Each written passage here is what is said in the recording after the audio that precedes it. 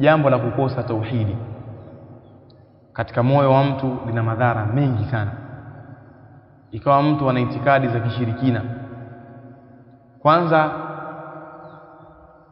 achilia mbali madhara ambayo yanampata yeye, bali mpaka jamii anaitia katika madhara, hasa wale ambao watakuwa na mrengo wake yeye kwenye upande wa kutokuwa na tauhidi.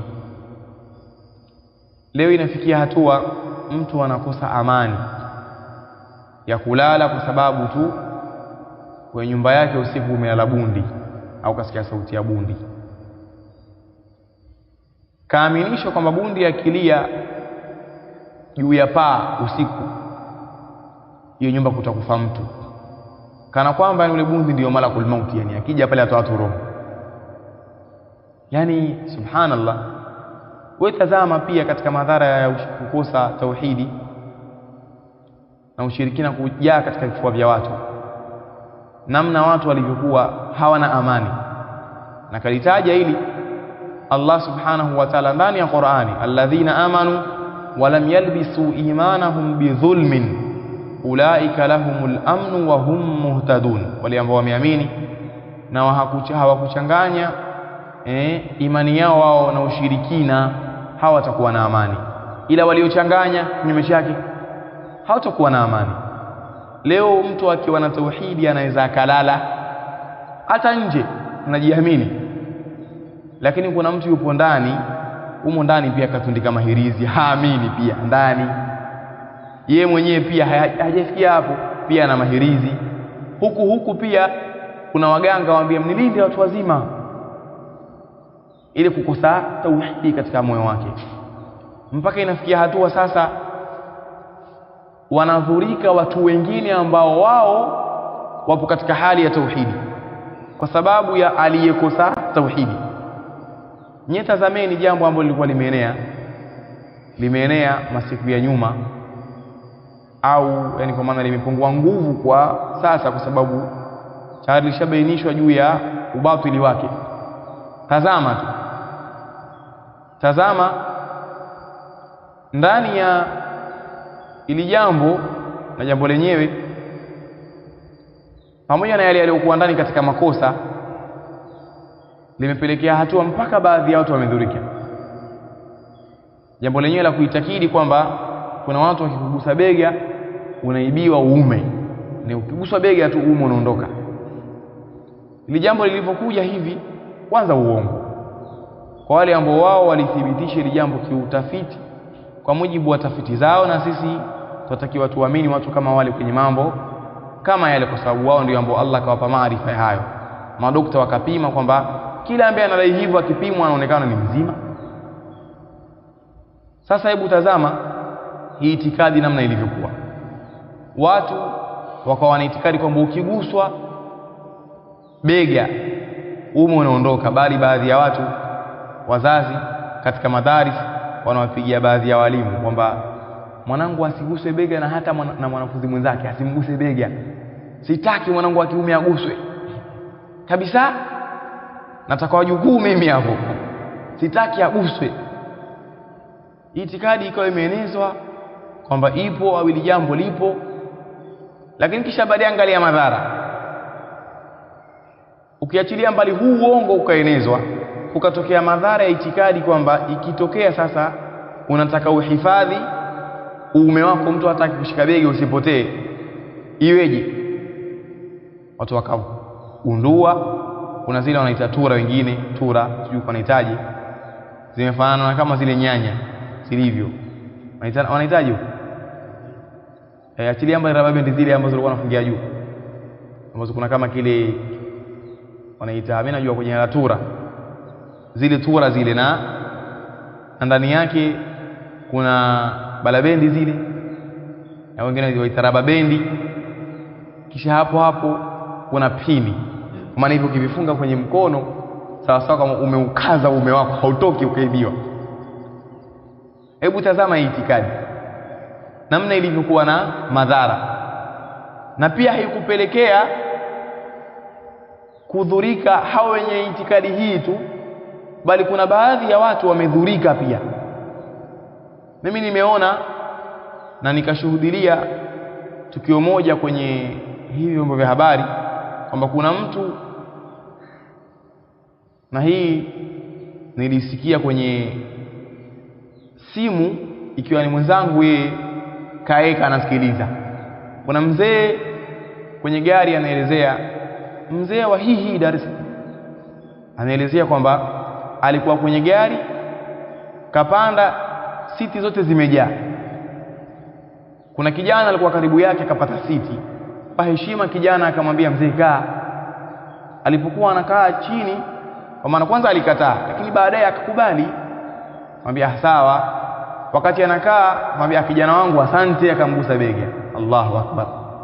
Kijana akaeka fujo kwenye gari. Umeniibia ume wangu huu, akaanza kupiga fujo. Ikawa baadhi ya watu washaanza kuleta mhemko kwamba huyu mzee kama ni katika hawa uwawe. Hivyo subhanallah, imefikia sasa mpaka baadhi ya watu wakapata ustaarabu, afadhali yake. Mzee anaelezea hapo, afadhali baadhi ya watu wakawastarabu, wakaanza kuuliza isije ikatokea hatua bwana tumemdhulumu mzee na kumtuhumu, wewe kweli uume hauna? Wakawa namuuliza. Sasa ule kijana akaanza kuchanganya maneno na kujingatangata. Kukatokea kijana ambaye akili za mtosha mwenyewe, akamvuta mbele ya gari pale. Alipomvuta mbele ya gari, akamvua nguo kwa nguvu. Kumvua nguo kwa nguvu akaonekana uume upo. Sasa ule mzee akamwelekea ule kijana, yule alikuwa anataka uliwe. Maana muadhamu ya watu tayari wanakuona adui. Bali mimi nilishuhudia ikhwa katika simu wameweka haya mitandao hii kwenye masala sasa hao. Nilishuhudia kuna akhi mmoja kaeka, kuna mtu kapigwa mawe kapasuliwa kichwa, pia akachomwa moto. Mtu kachomwa moto. Hebu tazama kwanza, ni hukumu gani ambayo sheria imetaka sisi tumpige mtu mawe? Huyu ni mzinifu ambaye yupo katika ndoa mpaka tumpige mawe? Na kama ni kumpiga mawe, sisi ndio wenye mamlaka hayo? Na pia kuadhibu na moto, ipi hukumu yake? La yuadhibu bin nari illa rabbun nar.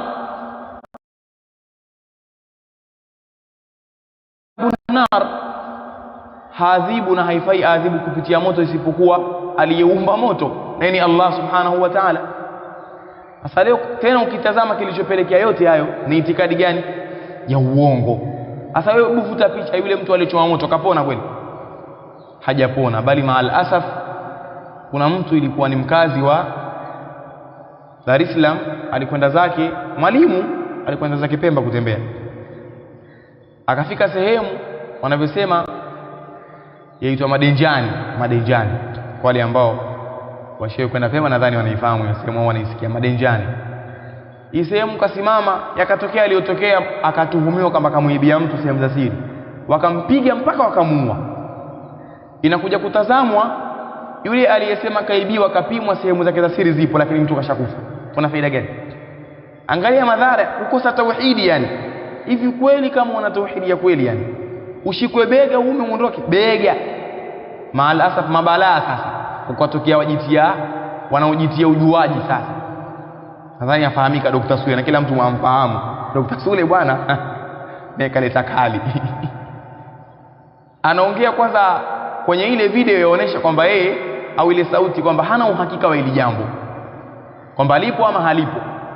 Yote ni madhara ya ushirikina haya, madhara ya ushirikina na kukosa tauhidi. Asema kwamba pamoja na hivyo kana alivyoongea yeye, kisha akasema kwamba mtu akiwa anataka arejeshe uume wake ulioibiwa achukue jivu na chumvi. Yani jivu na chumvi.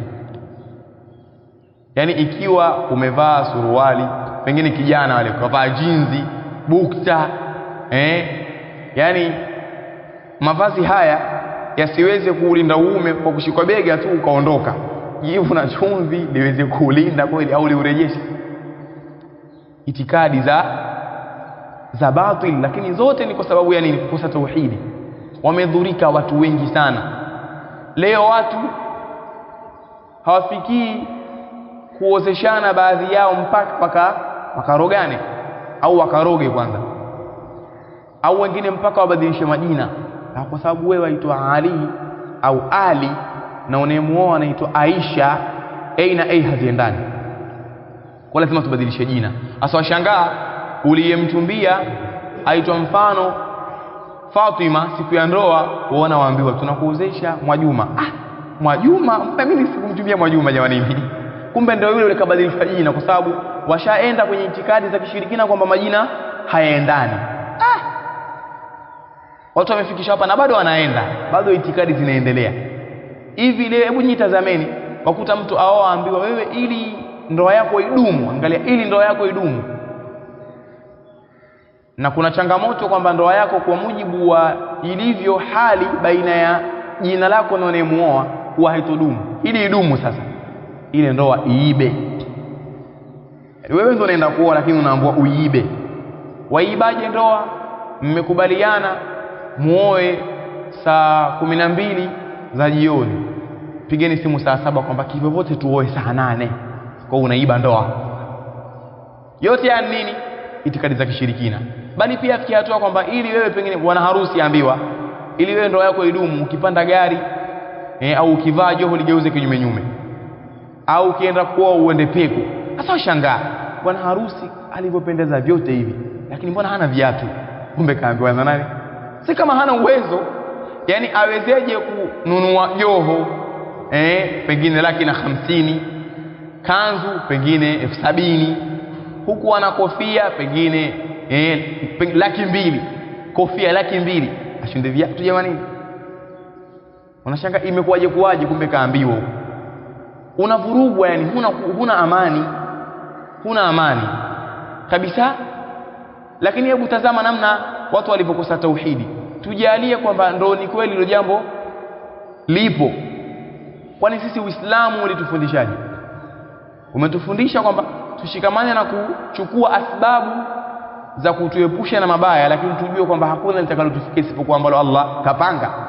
Qul lan yusibana illa ma kataba Allahu lana, sema uambie halitusibu sisi isipokuwa ambalo Allah ametuandikia.